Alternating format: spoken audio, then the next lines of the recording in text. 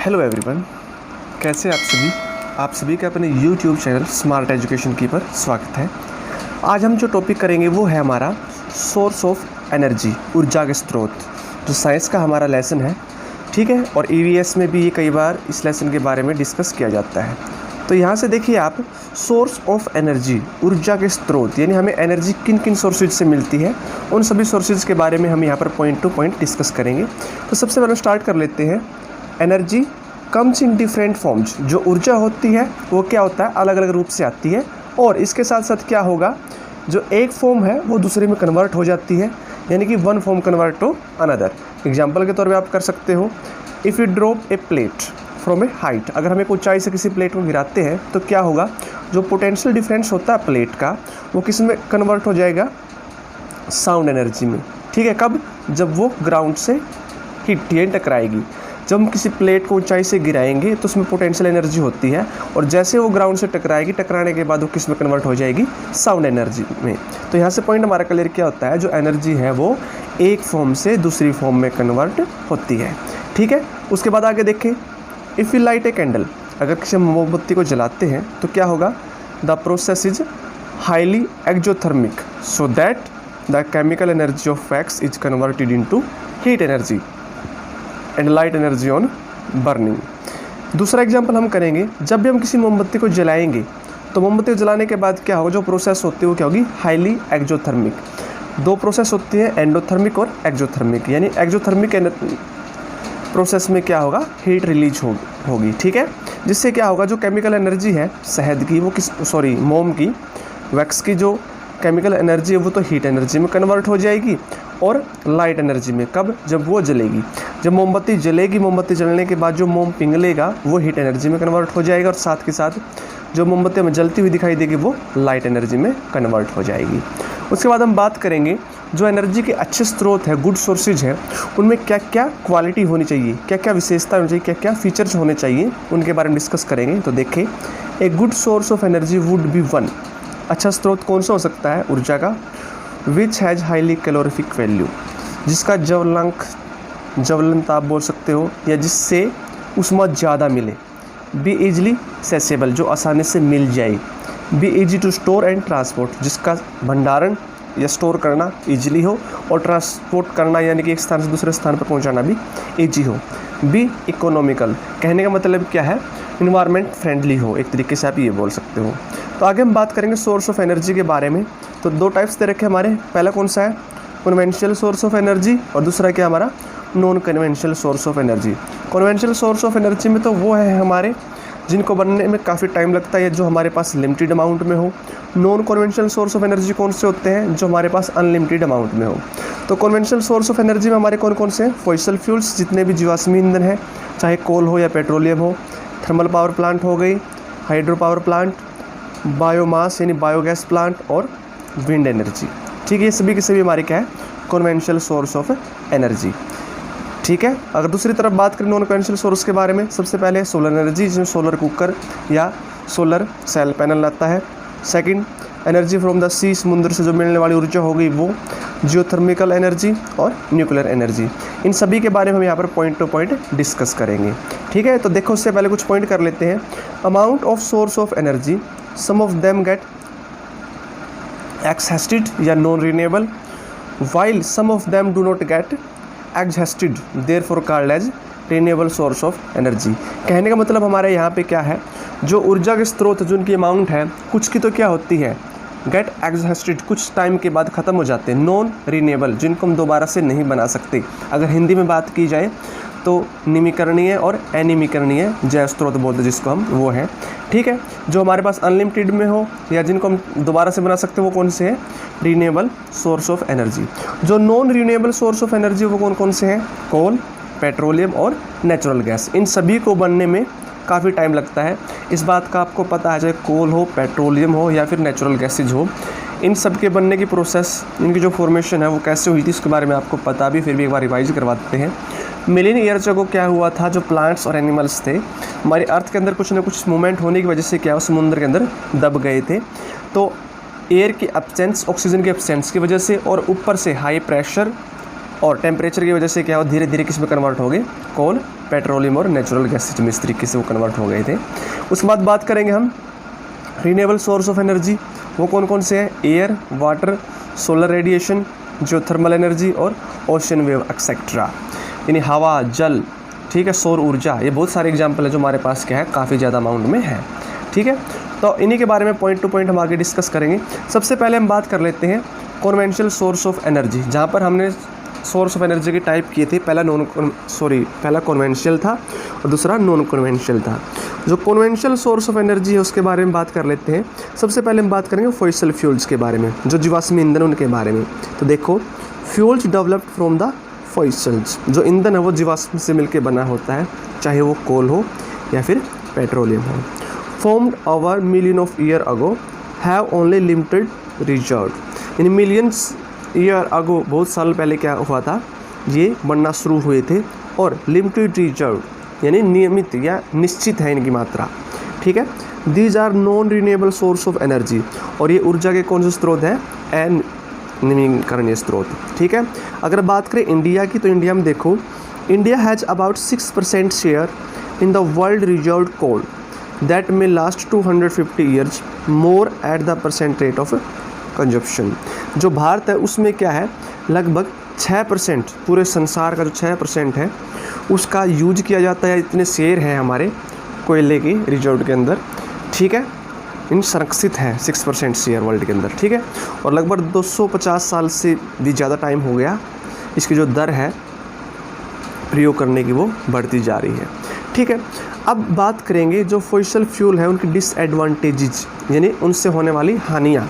ठीक है, सबसे पहली बात, जब भी ये जलेंगे, इनके जलने से क्या होगा? फॉसिल फ्यूल के जलने से कार्बन, नाइट्रोजन, सल्फर, इन सभी के ऑक्साइड बनेंगे, जिससे क्या एयर पोल्यूशन होगा और एसिड रेन भी हो सकती है। इसके अलावा ग्रीन हाउस इफेक्ट भी होगा। तो यहाँ पर एक मॉडल दिया हुआ हमारा किस चीज़ का? थर्मो इलेक्ट्रिक पोटेंशियल का। ठीक है, ये हमारे पास प्रेशर कुकर है। ठीक है, और प्रेशर कुकर के ऊपर ये क्या है? टेनिस बॉल हमने फिट कर दी मेटल प्लेट के ऊपर। ठीक है, ये हमने डायनोमो लिया है और ये हमारा बल्ब है। जब यहाँ से इसमें हीट बनेगी तो प्रेशर कुकर के अंदर ये क्या है, इसको घुमाने का काम करेगी। इससे डायनोमो की हेल्प से क्या है, इलेक्ट्रिसिटी प्रोड्यूस की जाएगी और हमारा जो बल्ब है वो जलना स्टार्ट हो जाएगा। तो उस पूरे मॉडल के बारे में बात करेंगे, तो देखिए ध्यान से आप। This is our turbine for generating electricity.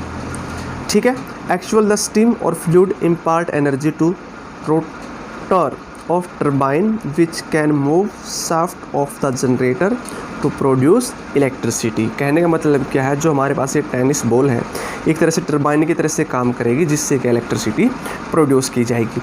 और जो हमारे कुकर है, इस कुकर के अंदर जो भाप है या द्रव होगा वो क्या करेगा, एनर्जी प्रोड्यूस करने का काम करेगा, जिसकी हेल्प से क्या है, जो टर्बाइन घूमेगी और टर्बाइन घूमने की वजह से वो एक जनरेटर की तरह से काम करना शुरू कर देगी और उसकी हेल्प से क्या है, इलेक्ट्रिसिटी प्रोड्यूस की जाएगी।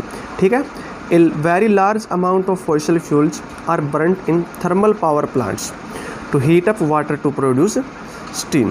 कहने का मतलब हमारा यहाँ पर क्या है, बहुत ज़्यादा संख्या में जीवाश्मी जो ईंधन होते हैं उनको जलाया जाता है। कहाँ पर? जो थर्मल पावर प्लांट होते हैं वहाँ पर। किसके लिए?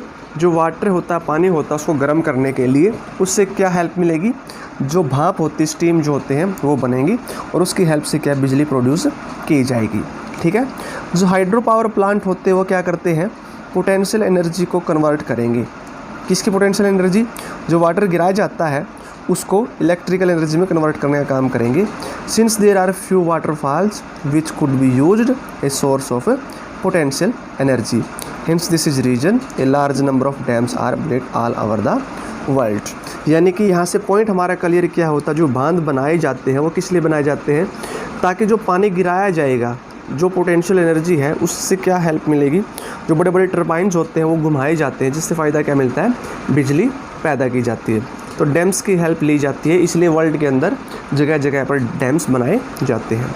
ठीक है, अगर हम बात करें, around 25% of our country's energy requirement is meet by hydro power plants.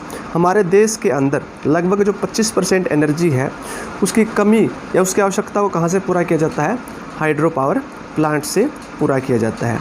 तो देखो, जो हाइड्रो इलेक्ट्रिसिटी है वाटर एनर्जी की हेल्प से प्रोड्यूस की जाएगी, उसका हमारे यहाँ पर डायग्राम दे रखा है। ये क्या है, इलेक्ट्रिकल लाइन्स होगी, ये हमारा डायनेमो होगा, ये कोई नदी का पानी है, ठीक है, ये हमारे यहाँ पे डैम है। तो ध्यान से समझिए, यहाँ पर पानी को इकट्ठा किया जाएगा, ठीक है, और इस डैम की हेल्प से जब वाटर नीचे की तरफ गिरेगा तो क्या करेगा, वो जो ये टरबाइन है इनको घुमाने का काम करेगा, जो डायनेमो के नीचे टरबाइन अटैच है उससे हेल्प किया, टरबाइन घूमने की वजह से वो क्या इलेक्ट्रिसिटी प्रोड्यूस करने का काम करेंगे। और जो इलेक्ट्रिकल लाइन्स है, जो बड़े बड़े टावर्स लगाए जाते हैं, उनकी हेल्प से जो इलेक्ट्रिसिटी है वो ट्रांसफ़र की जाती है विलेजेस में, या फिर जो भी हमारे रूरल या अर्बन एरियाज हैं उन सभी जगह पर, ठीक है। डैम्स आर कंस्ट्रक्टेड टू, जो बांध बनाए जाते हैं किस लिए बनाए जाते हैं, prevent flooding of river, provide water for irrigation and to generate hydro electricity. जो नदी की वजह से बाढ़ आती है उसको रोकने के लिए, सिंचाई के लिए, पानी का प्रयोग करने के लिए, इसके अलावा जो विद्युत है, बिजली है, उसको बनाने के लिए। अब हम बात करेंगे डिसएडवांटेजेस की। जो बड़े बड़े बांध बनाए जाते हैं उनसे होने वाली हानियाँ या उनसे होने वाले नुकसान कौन कौन से हैं। तो सबसे पहले देखो, submerging a loss of large variety of flora fauna and human settlement and routing of submerged vegetation release green house gas. कहने का मतलब हमारे यहाँ क्या है, जिस जगह पर बांध बनाए जाएंगे वहाँ पर जो चाहे प्लांट स्पीसीज़ है या एनिमल स्पीसीज़ हैं, उन सभी को वहाँ से हटा दिया जाएगा, एक तरीके से उस जगह को साफ़ किया जाएगा बांध बनाने के लिए। तो वहाँ पर रहने वाले पेड़ पौधे और जीव जंतु जितने भी हैं उन सभी का नुकसान होगा, ठीक है। इसके अलावा जो ह्यूमन सेटलमेंट, जो वहाँ पर मनुष्य रहते हैं, उनको भी वहाँ से जाना पड़ेगा दूसरी जगह पर। इसके अलावा जो वहाँ पर वनस्पतियाँ उगाई जाती हैं उनका भी वहाँ से लॉस होगा, ठीक है। They pose dangers of earthquake, landslides etcetera. इसके अलावा जो भूकंप वगैरह है उनके आने का ख़तरा भी रहता है। उसके बाद देखो, biogas is agricultural and animal waste that can be used as a fuel. यहाँ पर पॉइंट हमारा क्या कहा, बायोमास के बारे में बात की जाए तो ये क्या है, जंतुओं से प्राप्त होने वाला वेस्ट है जिसको सिंचाई में हम यूज कर सकते हैं। इसके अलावा फ्यूल्स यानी ईंधन के रूप में भी हम प्रयोग कर सकते हैं, ठीक है। ये बोल सकते हैं जो बायोगैस जैसे कि firewood, cattle dung, sewage, dry leaves, stem and bagasse. यानी कहने का मतलब क्या है, जितने भी जंतुओं से प्राप्त होने वाला जो उनका गोबर है, सीवेजेज वगैरह है, सूखी पत्तियां हैं, तने हैं, उन सभी से मिलकर क्या बायोगैस बनाए जाते हैं।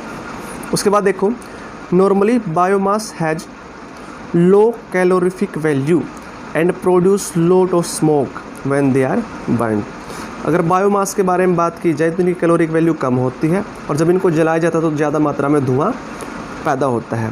कैटल डग से अगर हम बात करें, जो काऊ केक बोल सकते हो आप, बफेलो केक, यानी जो गाय भैंस के गोबर से जो उपले बनाए जाते हैं, जब आप उनको जलाते हो, उनके जलाने से क्या होगा, ज़्यादा मात्रा में धुआं पैदा होता है। जो उपले होते हैं जिनको हम बिल्कुल हमारी जो हरियाणवी बोली उसमें बात करें तो गोश्त बोल सकते हैं जिसको हम, उन सभी को जब हम जलाते हैं उनसे क्या है, धुआं पैदा होता है ज़्यादा मात्रा में, लेकिन उनकी कैलोरिक वैल्यू बहुत कम होती है, ठीक है। Their efficiency as a good fuel has been increased tremendously with the application of technology. आगे हमारा मतलब यहाँ पर है, अगर जितना ऊर्जा का अच्छा स्रोत होगा उससे क्या है, उतनी है ज़्यादा फ़ायदे मिलेंगे, पोल्यूशन कम फैलेगा। और इसके लिए जो नई नई टेक्निक्स हैं, टेक्नोलॉजी है, उनका प्रयोग किया जाता है, जैसे कि cow dungs become efficient and cheap good fuel in a biogas plant. जो बायोगैस प्लांट बनाए जाते हैं उनमें जो गाय वगैरह गोबर है वो क्या है, काफ़ी सस्ता और अच्छा ईंधन है। किसके लिए, जो बायोगैस बनाई जाती है, जिसका हम अपने घरों में यूज कर सकते हैं। जो बायोगैस प्लांट है वो कैसे लगाए जाते हैं उसके बारे में भी आपको डिटेल से बताया जाएगा, तो हम उसी के बारे में कर लेते हैं पहले, बायोगैस प्लांट के बारे में। जो बायोगैस प्लांट है वो कैसे लगाए जाएंगे। फॉर एग्जांपल, यहाँ पर आपने कोई गड्ढा खोद लिया, ठीक है, इसके अंदर आप जो भी वेस्ट है, एनिमल वेस्ट वगैरह या प्लांट वेस्ट, वो सारे के सारे डाल देंगे, ठीक है। उसके बाद यहाँ पर एक पाइप के थ्रू हम इसको यहाँ पर किसी भी वेसल्स के अंदर या कोई भी बड़ा बर्तन ले सकते हैं, या फिर आप कोई भी टंकी वगैरह प्रयोग कर सकते हैं। इससे क्या मिलेगा, जो भी हमने यहाँ पे वेस्ट डाले हैं, जैसे जैसे टाइम टू टाइम में गले सड़ेंगे तो इनसे रिलीज होगी गैस, वो गैस इससे होती, इस पाइप से होती हुई क्या है, इसमें स्टोर की जाएगी। और फिर इसका हम कनेक्शन जो हमारे पास गैस चूल्हे होते हैं उनसे कर देंगे। और जो ये गैस होगी, ये कौन सी होगी हमारे पास, बायोगैस होगी। और इस गैस का यूज़ हम किसके लिए करेंगे, अपने घरों में, जैसे जिस तरह LPG का यूज करते हैं ना, ठीक उसी तरह से हम इस गैस का यूज कर सकते हैं। इसके साथ साथ अगर हम बात करें, जो बचा हुआ वेस्ट है, गैस तो यहाँ से निकल गई हमारी, इसके अलावा जो हमारा इसमें वेस्ट बचेगा, स्टार्टिंग में जो वेस्ट है, इस वेस्ट का यूज हम कहाँ पर कर सकते हैं, जो हमारे एग्रीकल्चरल यूजेज हैं, खेती बाड़ी संबंधी, उनमें इनका यूज कर सकते हैं। किसकी तरह से, मैन्योर की तरह से, ठीक है।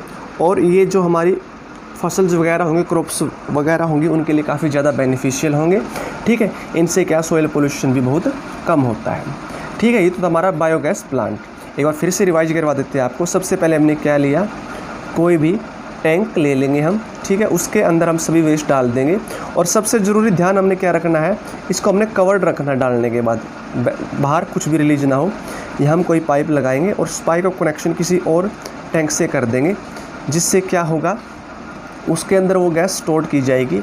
और उसका फिर सीधा यूज हम क्या है, स्टोव या फिर गैस वगैरह जलाने के लिए, गैस चूल्हे जो होते हैं उनमें इसका यूज कर सकते हैं। उसके बाद देखो, charcoal is better fuel than wood because it do not contain water and other volatile material which are present in wood. Charcoal के बारे में बात की जाए तो वो क्या, लकड़ी से ज़्यादा अच्छा ईंधन है। क्यों? क्योंकि ना तो इसमें वाटर होता, और इसके अलावा ना ही और दूसरे मटेरियल होते हैं जो लकड़ी के अंदर होते हैं, ठीक है। अगर बात करें वुड की, तो लिमिटेड सप्लाई ऑफ ऑक्सीजन, पर्याप्त मात्रा में हमें ऑक्सीजन की सप्लाई देनी पड़ेगी, ठीक है। और इसके बाद अपोजिट बात करें हम चारकोल की, ठीक है। तो देखो, charcoal Burns without smoke, flame and has high calorific value. Charcoal के बारे में बात की जाए, ना तो ये धुआं देता है, ठीक है, ज़्यादा कैलोरिक वैल्यू भी होती है इसकी, और फ्लेम्स जो ज्वाला होती है वो भी ज़्यादा होती है, इसलिए कि चारकोल ऑफ वुड से ज़्यादा अच्छा स्रोत है। उसके बाद देखो, बायोगैस के बारे में बात करें, बायोगैस का एक्सीलेंट फ्यूल्स है और लगभग 75% मीथेन लिए होता है, ठीक है, विदाउट स्मोक के जलेगा, ठीक है। और इसके पीछे कोई राख वगैरह नहीं छोड़ेगा, ठीक है। और हीट कैपेसिटी इसकी ज़्यादा होती है। अगर हम बात करें यहाँ पर ध्यान से देखिए बायोगैस के बारे में, biogas is produced by anaerobic decomposition of slurry यानी cow dung plus water mixture by microbes. This process is applied in a biogas plant. ध्यान से समझिए, जो बायोगैस प्लांट के बारे में भी थोड़ी देर पहले बताया गया था आपको, तो पूरी की पूरी प्रोसेस में क्या होगा, जो गाय वगैरह गोबर है उसका यूज किया जाएगा, उसको पानी के साथ मिला दिया जाएगा, और जो माइक्रोब्स होते हैं, सूक्ष्म जीव होते हैं, वो उसको डिकम्पोज करने का काम करेंगे। और इस प्रोसेस का यूज कहाँ पर किया जाता है, बायोगैस प्लांट्स के अंदर इसका यूज किया जाता है। तो यहाँ से आप ध्यान से देखिए इस डायग्राम से, यहाँ पे हमारा ये बायोगैस प्लांट का एक तरह से स्ट्रक्चर बनाया गया है। तो जो गोबर वगैरह है वो यहाँ से डाला जाएगा इसके अंदर, ठीक है। और यहाँ से जो ये पाइप है हमारा लगाया गया है गैस के ट्रांसफ़र के लिए, ठीक है।